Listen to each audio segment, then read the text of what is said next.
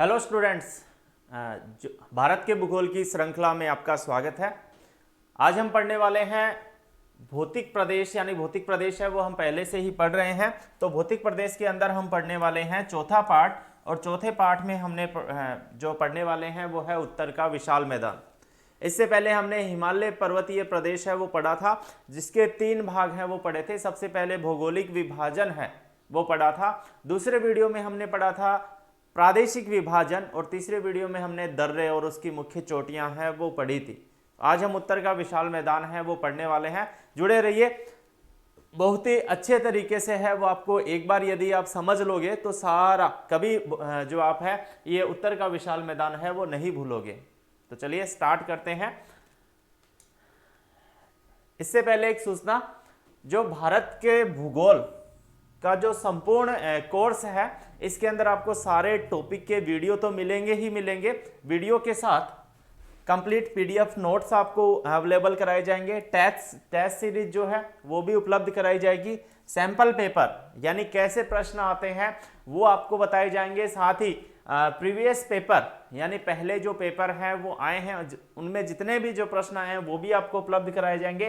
Plus recorded class के साथ साथ लाइव क्लासें हैं वो भी आपको उपलब्ध कराई जाएगी। तो ये सारी चीजें हैं वो आपको मिलेगी मात्र 299 रुपए के अंदर। ये सिर्फ ऑफर प्राइस है, यानी ये नहीं कि ये रिकॉर्डेड वीडियो आप आगे देखो, ये सिर्फ ऑफर प्राइस है जो पहले कुछ स्टूडेंट्स के लिए है। हमारी जो ऑफलाइन की फीस है इस सिलेबस की, जिसके अंतर्गत जो मैटर उपलब्ध कराया जाता है वो 2500 रुपये है, जबकि आपको जो ऑनलाइन है ये मात्र 299 में उपलब्ध है वो कराई जा रही है। तो चलिए स्टार्ट करते हैं।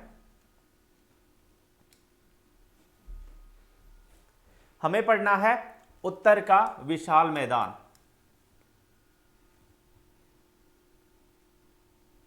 उत्तर का विशाल मैदान जो कि भारत का मुख्य भौतिक विभाग है।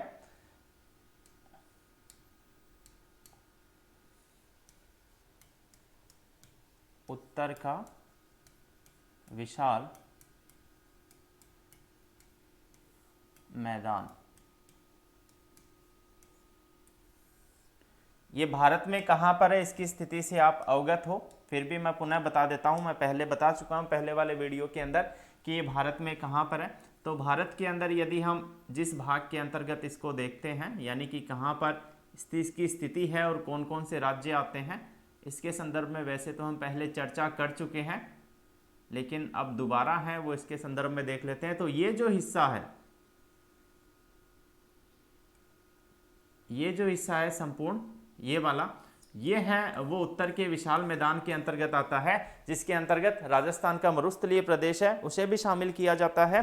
साथ ही साथ इसके अंदर जो है वो उत्तर प्रदेश यानी गंगा यमुना का मैदान है वो शामिल होता है। साथ ही अपने यहाँ पर ब्रह्मपुत्र नदी का जो मैदानी भाग है वो भी इसके अंतर्गत शामिल होता है, और साथ ही सिंधु का जो नदियों का जो भाग है वो भी इसके अंतर्गत है वो शामिल होता है। तो ये इस प्रकार से फैला हुआ है। ये जो मैदान है भारत के जो उत्तरी एवं मध्यवर्ती भाग में है वो मुख्य रूप से फैला हुआ है। ये उत्तरी भाग और मध्यवर्ती भाग इस मैदान के जो दक्षिण में है, इस मैदान के जो दक्षिण में है वो है प्रायद्वीपीय पठार, और इस मैदान के उत्तर में जो है वो है हिमालय पर्वतीय प्रदेश। तो इस मैदान के बारे में ही आज हमें वो पढ़ने वाले हैं, पूरी चर्चा है वो करने वाले हैं। नेक्स्ट, इस मैदान को जो है सिंधु, गंगा एवं ब्रह्मपुत्र का मैदान भी कहते हैं। ये बात अपने को ध्यान में रखनी है, क्योंकि ये 3 नदियों से मिलकर बना है, इसलिए इसे इनका मैदान है वो भी कहा जाता है। सबसे पहली चीज।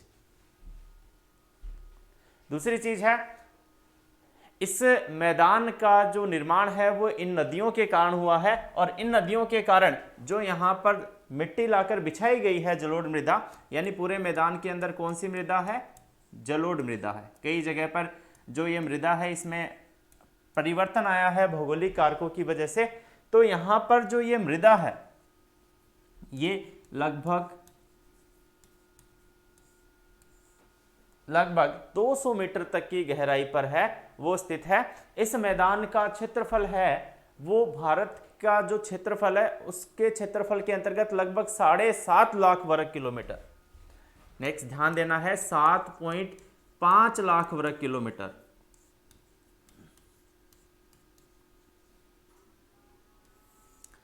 जो क्षेत्र है उसको शामिल किया जाता है। यह भारत का सबसे उपजाऊ भाग है। नेक्स्ट, यह भारत का सबसे उपजाऊ भाग है।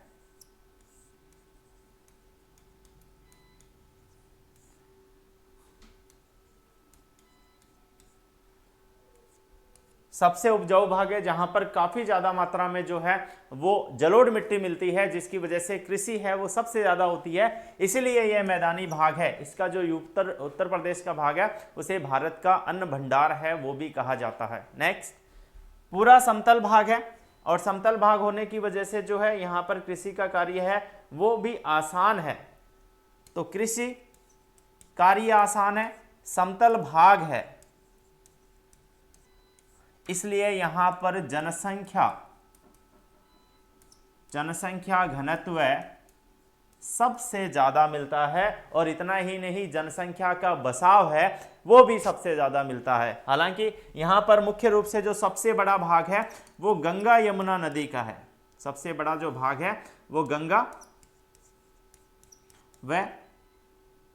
वह यमुना नदी का है, यानी इनका मैदान है वो सबसे बड़े भाग पर है।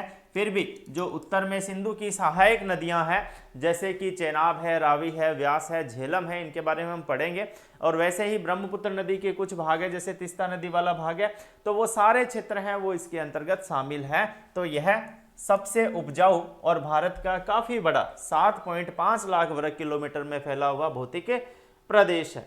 नेक्स्ट, इसमें जो मिट्टी पाई जाती है या मृदा पाई जाती है उसे कई भागों में बांटा जाता है, जैसे भाबर, यानी इस मैदान के भाग है जैसे कि भाबर, तराई, जलोढ़, डेल्टा।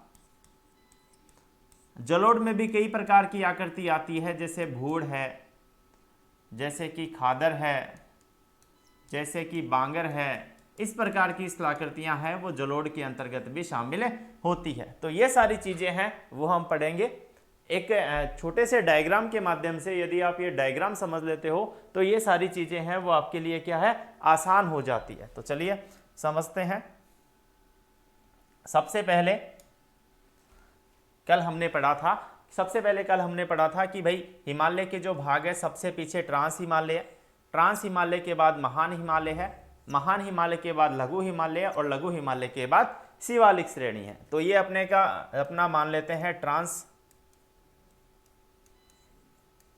दूसरा जो भाग है वो है महान हिमालय, तीसरा जो भाग है वो है लघु हिमालय और चौथा जो भाग है उसका नाम है शिवालिक। अब इन पर्वत श्रेणियों से आगे चलते हैं तब हमारा मैदानी प्रदेश है वो प्रारंभ होता है, क्योंकि इन्हीं पर्वत श्रेणियों से क्या है वो नदियां उतरती है। और नदियां जब उतरती है तो आगे बढ़ती है तो अपने क्षेत्र में कई भागों का निर्माण है वो करती है। ये मान ली ये नदियां हैं और ये आगे बढ़ी है, लास्ट में जब सागर में गिर रही है उससे पहले कई भागों में है वो विभाजित हो जाती है। अब इस भाग में जो भी मैदानी प्रदेश है, जो भी प्रदेश बनेगा वो सारा इसी प्रकार का, इसी मैदान का हिस्सा होगा।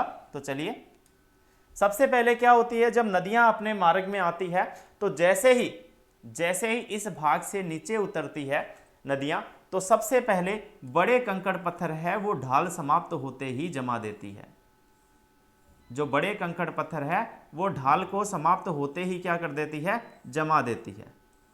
तो सबसे पहले बड़े कंकड़ पत्थर वाला मैदान बनता है। ये बड़े कंकड़ वाला पत्थर वाला मैदान है जहां पर ढाल समाप्त हुआ, इसको हाथों हाथ क्या कर दिया, इन्होंने जमा दिया। जैसे ही ये नदी आगे बढ़ती है इसके बाद बड़े कंकड़ पत्थर तो इसने पहले ही जमा दिए, उसके बाद जो छोटे कंकड़ पत्थर है उसे भी क्या करती है, जमा देती है।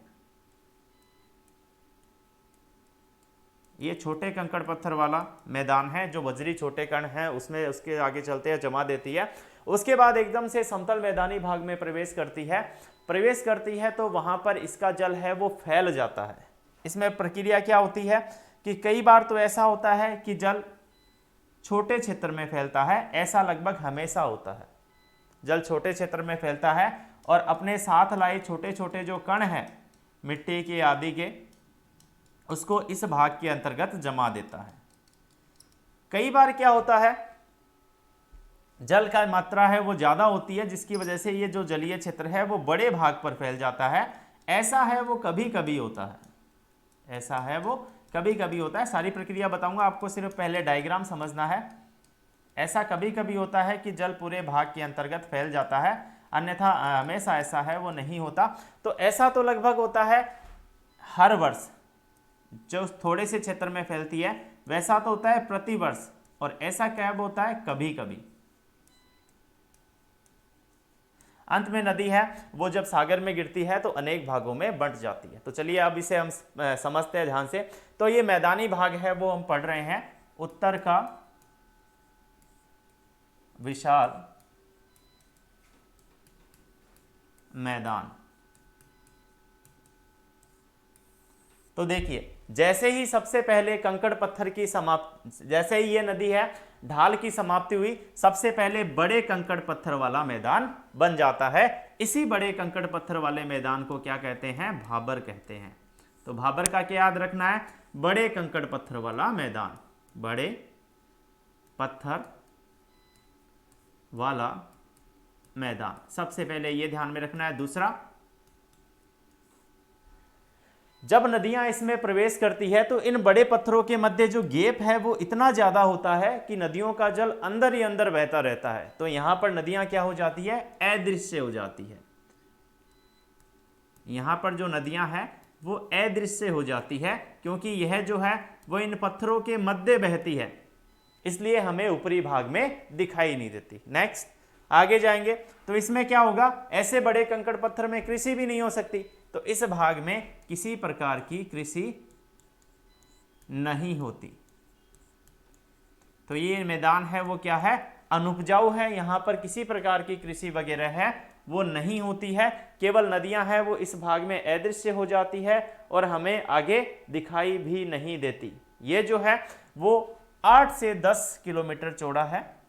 कहां पर, शिवालिक की ढाल में, याद रखना है, शिवालिक से आगे चल रहे हैं और इधर तट की ओर आगे हैं। 8 से 10 किलोमीटर चौड़ाई वाला है। तो सबसे पहले ये सारी चीजें हैं वो इसके बारे में ध्यान में रखनी है। ये विशेषताएं हैं, हमें अनेक बार इसके संदर्भ में है वो पूछा जाता है कि भाई ऐसा क्या होता है, तो इसके लिए हमें कई बार पूछा जाता है, तो इसके संदर्भ में हमें ध्यान में रखना है। एक बार प्रश्न ये आया था, किस भाग में नदियां लुप्त या अदृश्य हो जाती है, तो भाबर में। किस भाग में कृषि नहीं होती, तो किस भाग में नहीं होती, भाबर वाले भाग में नहीं होती। इसकी चौड़ाई कितनी है, 8 से 10 किलोमीटर चौड़ाई है। बड़े पत्थर वाला मैदान है, जी हाँ, सबसे बड़े बड़े पत्थर है वो यहीं पाए जाते हैं। नेक्स्ट चर्चा करते हैं, जैसे ही भाबर समाप्त होता है, जैसे ही पहला भाबर समाप्त हुआ, भाबर के समाप्ति के बाद दूसरा जो प्रदेश है वो आ जाता है। जैसे ही भाबर समाप्त हुआ दूसरा प्रदेश आ जाता है, इस प्रदेश को बोलते हैं तराई। ये क्या होता है, तराई की ये विशेषता होती है कि इसमें नदियां पुनः दिखाई देती है, नदियां पुनः दृश्य, यानी जो नदियां भाबर में लुप्त हुई थी वो इस भाग में पुनः दिखाई देती है। दूसरा इसकी क्या विशेषता है, इसलिए इस प्रदेश का भाग है वो दलदली होता है, दलदली होता है। इसमें जो विशेषकर पाए जाते हैं वो कंकड़, पत्थर, बजरी आदि पाए जाते हैं, जिनमें कुछ बड़े कण भी होते हैं और कुछ छोटे कण भी होते हैं। यदि हमें कृषि करनी है, यदि हमें तराई में कृषि करनी है तो बड़े कंकड़ पत्थर को साफ करके करेंगे, यानी इन कंकड़ पत्थर को साफ करके है वो कृषि की जाती है, अन्यथा इसमें कृषि नहीं की जा सकती। यह जो भाग है वो भाबर के दक्षिण में, देखो यहां से चल रहे हैं, ये नॉर्थ है और ये साउथ है, तो इधर साउथ यानी भाबर के दक्षिण में लगभग 15 से 30 किलोमीटर चौड़ाई पर स्थित है तराई। तो ये अपना तराई है, समझ गए होंगे। तराई में कृषि की जा सकती है, लेकिन तराई में कृषि करने के लिए क्या करना पड़ेगा, यहां पर जो है वो कंकड़ पत्थर वगैरह है वो इनको साफ करना पड़ेगा, उसी के बाद हम कृषि कर सकते हैं। नेक्स्ट, जैसे ही नदियां पूर्णतः समतल धरातल वाले भाग में प्रवेश करती है तो इसका जल है वो तट को तोड़कर बाहर आ जाता है। तो ऐसी स्थिति में जिन मैदानों का निर्माण होता है उन मैदानों को हम बोलते हैं जलोढ़। तो ये जो मैदान है वो क्या कहलाएंगे? जलोढ़। ये दोनों ही जो है वो जलोढ़ के अंतर्गत आएंगे, ये भी और ये भी, तो इसे हम कहेंगे जलोढ़। देखिए जलोढ़ मैंने आपको दो प्रकार का बताया, एक जहां पर प्रतिवर्ष मिट्टी जम जाती है, दो जहां पर कभी बाढ़ की स्थिति होती है, ज्यादा जल आ जाता है, तब है वो मिट्टी जम जाती है। तो जहां पर प्रतिवर्ष मिट्टी जम जाती है ऐसे जलोढ़ को कहते हैं खादर। यानी खादर में प्रतिवर्ष नई मिट्टी है वो जम जाती है, उसे खादर कहते हैं। पहले जलोढ़ क्या होता है? नदियों द्वारा लाकर बिछाई गई कांप मिट्टी क्या कहलाती है? जलोढ़। और नदियों द्वारा लाकर बिछाई गई ये कांप मिट्टी यदि नई है तो इसको बोलते हैं खादर। यह मिट्टी जो है वो जलोढ़ मृदा के अंदर सबसे उपजाऊ होती है। वैसे तो जलोढ़ मृदा सबसे उपजाऊ मानी जाती है, लेकिन यदि जलोढ़ मृदा के भी सब पार्ट हो जाए तो आपको क्या ध्यान रखना है? खादर सबसे ज्यादा उपजाऊ है, जो प्रतिवर्ष बिछा दी जाती है। यह नवीन जलोढ़ होती है। कैसी होती है? नवीन जलोढ़। और वह मिट्टी या वह जलोढ़ जो पुरानी हो चुकी है 5 साल या उससे अधिक, उसे हम बोलते हैं बांगर। बांगर क्या होती है? पुरानी जलोढ़ होती है,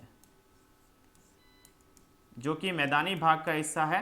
पुरानी जलोढ़ मिट्टी है उसको बांगर कहते हैं। बांगर में यदि कृषि करनी है तो हमें सिंचाई की आवश्यकता होगी, लेकिन यदि खादर में हमें कृषि करनी है तो खादर में कृषि करते समय किसी प्रकार की सिंचाई की आवश्यकता नहीं होगी। यह चीज भी हमें ध्यान में रखना है। बांगर है वो ही धीरे धीरे क्या होता है? अनुपजाऊ हो जाता है, जबकि खादर है वहां पर प्रतिवर्ष है वो परत जमती रहती है, जिसकी वजह से यह उपजाऊ ही रहता है। नेक्स्ट, ये खादर बांगर के संदर्भ में ध्यान में रखना है। और लास्ट में ये जो नदी है वो अपने अंतिम छोर पर तट के पास चली जाती है तो कई भागों में बंट जाती है, जिसे हम बोलते हैं डेल्टा।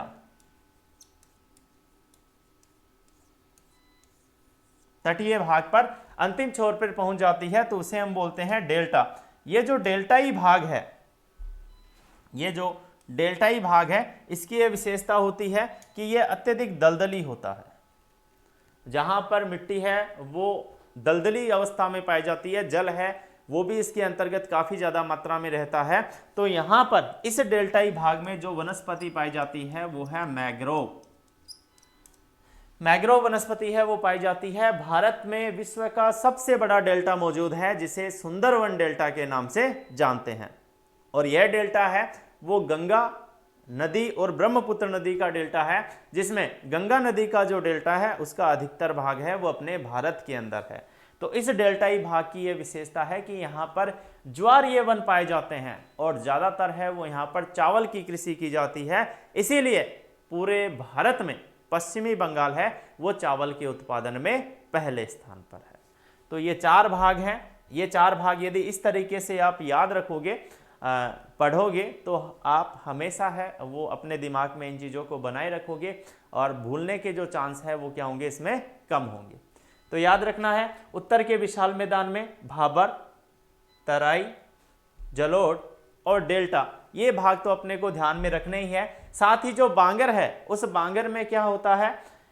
सिंचाई की आवश्यकता होती है। ये अपने को ध्यान में रखना है। यहां पर ऐसा आगे बता रहा हूं, मैं कुछ चीजें बता रहा हूं उसके संबंध में। तो जो बांगर होती है, यानी 2 मिट्टी हमने बताई है, खादर और बांगर। तो जो बांगर मिट्टी होती है उस बांगर में क्या होता है? सिंचाई की आवश्यकता होती है। और लगातार सिंचाई की वजह से क्या होता है? जो मृदा है उस पर नमक या अन्य लवण जो है उसकी परत जम जाती है। और इस परत के जम जाने से वो भूमि क्या हो जाती है? अनुपजाऊ हो जाती है। ऐसे भूमि को कहते हैं रेह या कल्लर। ये चीज अपने को याद रखनी है। रेह या कल्लर किसे कहते हैं? तो बांगर में अत्यधिक सिंचाई की वजह से निर्मित नमक के जमाव वाली भूमि है वो रेह या कल्लर कहलाती है। ऐसी जो स्थिति है वो यूपी और हरियाणा, इन दोनों जगहों पर विद्यमान है। उत्तर प्रदेश में भी ज़्यादा मात्रा में क्या होता है, सिंचाई होती है, इसकी वजह से, प्लस अपने हरियाणा के अंदर और पंजाब के अंदर तो आप जानते हो सिंचाई से ही सारा सिस्टम है वो चलता है। ठीक है, अब यहां पर दूसरी एक चीज और आती है, इसी बांगर में एक प्रकार की मृदा मिलती है भूड़, या आकृति मिलती है भूड़। क्या होता है, जब बांगर में अत्यधिक मात्रा में सिंचाई की जाती है तो उस सिंचाई के दौरान यहां पर जो मिट्टी है उसकी ऊपरी परत नष्ट हो जाती है, या हवा की वजह से या बारिश की वजह से ऊपरी परत है वो नष्ट हो जाती है, जिसके कारण जो ऊपरी परत नष्ट होने के बाद जो कठोर परत बचती है, ऊपरी जो उपजाऊ परत नष्ट हो जाती है,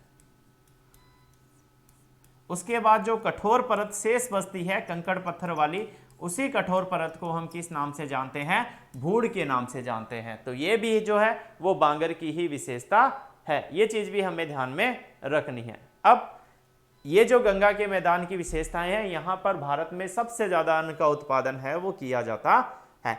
इसका जो भाग है वो हमने पढ़ा है भाई कौन कौन सी जगह पर ये स्थिति है। एक चीज और, ये जो भाग है अपना पश्चिमी राजस्थान है, पूर्वी राजस्थान तो मैदानी भाग में आ जाता है, लेकिन एनसीईआरटी के अंदर जो पश्चिमी राजस्थान है,